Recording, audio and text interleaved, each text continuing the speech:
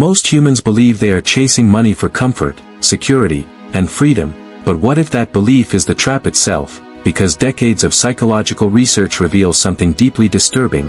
People do not stop chasing wealth when they have enough. They stop only when they are exhausted, emotionally empty, or broken, and the reason is not greed, it is design. A hidden psychological loop inside the human brain that activates the moment wealth becomes visible, comparable, and endless. And once that loop starts, stopping feels more dangerous than continuing, even when the chase is destroying you. This is not a motivational story. This is not about success. This is about the silent trap that keeps humans running until they collapse, and by the end of this video, you will understand why enough never feels enough. Humans have always believed that wealth is something we chase because we want comfort, security, and freedom, but what if that belief is only the surface of a far darker truth? Because when researchers began studying why people continue chasing money long after their needs are met, they discovered something disturbing, something that had nothing to do with happiness and everything to do with psychological entrapment, a hidden loop inside the human mind that activates the moment wealth becomes measurable, comparable, and visible, and once that loop is triggered, the pursuit no longer serves life.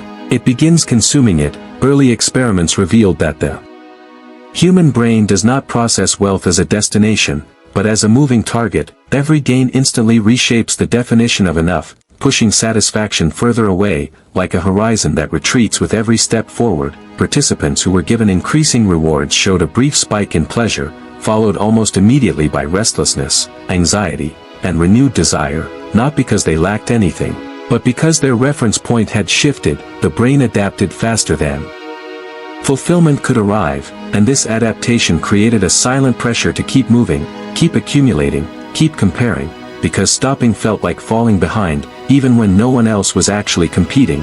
What made this especially dangerous was how invisible the trap was. Participants believed they were acting freely, making rational decisions, chasing reasonable goals.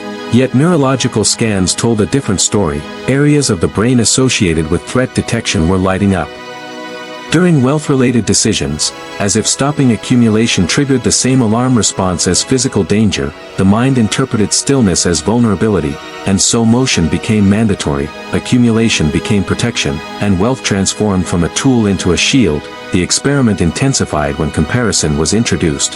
Participants were shown others who had slightly more or slightly less, and instantly the psychological trap tightened. Those with more became defensive, those with less became desperate, and those in the middle became anxious, constantly recalculating their position. No one felt secure. Even those at the top reported the highest stress levels, because there was nowhere left to climb except down. The illusion of safety collapsed under the weight of visibility. Researchers realized that wealth alone was not the trigger, hierarchy was. Once humans could see where they stood, their nervous systems reacted as if status were survival, and the chase accelerated, not toward joy, but away from fear.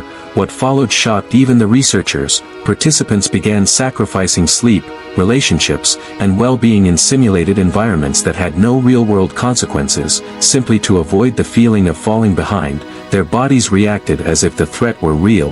Cortisol levels rose, decision-making became impulsive, long-term thinking deteriorated, and yet, when asked, participants insisted they were doing fine, that they were close to being satisfied, that one more gain would be enough. The phrase "one more" became a constant, a promise that was never fulfilled, because the system was not designed to end, it was designed to loop, and the more participants chased, the more exhausted they became, until eventually motivation turned into numbness, and desire turned into obligation.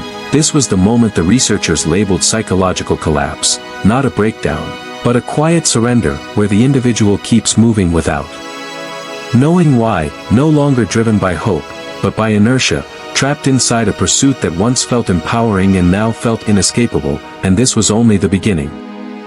As the experiments continued, researchers stopped asking why people chase wealth and started asking why they cannot stop, because the data revealed a critical shift that occurred after prolonged exposure to accumulation systems, a point where choice slowly disappeared and compulsion took its place. Participants no longer evaluated whether gaining more improved their lives, they simply reacted to signals, numbers increasing, rankings shifting, opportunities appearing. The brain responded automatically, bypassing reflection, and this automation was reinforced by unpredictability. rewards that arrived inconsistently created stronger attachment than predictable ones, mirroring the same mechanism found in addiction studies, where uncertainty fuels obsession more effectively than certainty ever could. Wealth systems that fluctuated triggered deeper engagement than stable ones, because the mind stayed alert, scanning constantly for the next opportunity, unable to rest, unable to disengage. Researchers observed that even when participants were offered an exit, a clear option to stop without penalty, many refused, not because they needed more, but because stopping felt like loss. The sunk cost effect fused with identity, turning accumulation into self-definition. People no longer said they wanted wealth, they said they were builders, winners, achievers. Labels that made stopping feel like erasing oneself. This identity fusion was one of the most dangerous elements of the trap. Because once wealth becomes who you are, losing momentum feels like disappearing. The experiments then explored deprivation after accumulation, and the results were devastating. Participants who lost wealth after extended pursuit experienced sharper emotional pain than those who never had it. Their baseline happiness dropped below their original state, proving that the chase did not elevate life, it hollowed it out, creating dependence without satisfaction. When trust was removed and competition intensified, cooperation collapsed entirely. Individuals sabotaged collective success to protect personal position, even when sabotage harmed everyone, including themselves. Fear overpowered logic, and short-term defense replaced long-term survival. This mirrored real-world economic crises with unsettling accuracy, suggesting that the trap scales. It does not weaken, it multiplies. Researchers also noticed something unexpected. The wealthiest participants were not the happiest or the calmest. They were the most paranoid, constantly monitoring others, anticipating threats, guarding what they had gained. Abundance amplified insecurity rather than eliminating it, because the higher the pile, the further there was to fall, and the mind could not ignore that distance. Even in simulations where loss was impossible, participants behaved as if disaster were imminent, proving that perception, not reality, governed their behavior. Attempts to interrupt the cycle through awareness failed. When participants were shown the trap, explained the mechanisms, even shown their own data, they nodded, agreed, and then repeated the same behavior minutes later. Knowledge did not free them, because the system operated beneath conscious control. This shattered the comforting belief that understanding automatically leads to change. The trap was not intellectual, it was neurological, emotional, and deeply conditioned. And once embedded, it resisted reason, resisted intention, and resisted rest. By this stage, the researchers understood something crucial. Humans were not chasing wealth to gain something, they were chasing it to avoid something, an internal collapse triggered by stillness, comparison, and perceived vulnerability.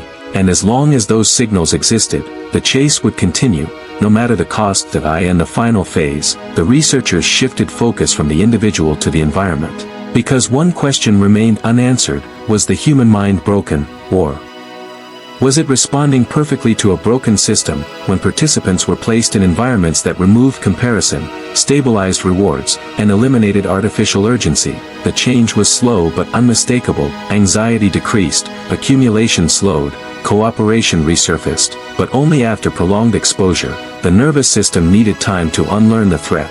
Trust did not return instantly. Suspicion lingered, habits persisted, but gradually, the compulsion weakened, not because people became better, but because the signals changed. This led to the most uncomfortable conclusion of the entire study: the wealth chase is not a personal failure, it is a predictable response to environments engineered around scarcity perception, comparison, and endless escalation. Modern systems do not accidentally trap humans in pursuit, they rely on it. Growth metrics, rankings, deadlines, and visible hierarchies constantly activate the same psychological mechanisms observed in the lab, keeping people moving, striving, and consuming long after fulfillment has become impossible. The image of success hides the cost: exhaustion, emotional numbness, fractured relationships, and a persistent sense that stopping equals failure. The final report warned that societies built on infinite growth within finite minds will always produce burnout disguised as ambition, and collapse disguised as success. Because the human nervous system was never designed to run endlessly without rest. Yet the most haunting finding came at the very end, when participants who had fully disengaged from the trap were asked what they felt. Their answer was not relief, it was grief. grief for the years spent chasing something that never existed, grief for the belief that satisfaction was always one step away, grief for the version of themselves that thought winning would finally bring peace. And this raises a final, dangerous question. If the psychological trap of wealth is real, if it is measurable, predictable, and activated by design, then how many lives are currently being spent inside it without ever realizing they are trapped? And if the system never tells you when enough is enough, who decides when you are allowed to stop?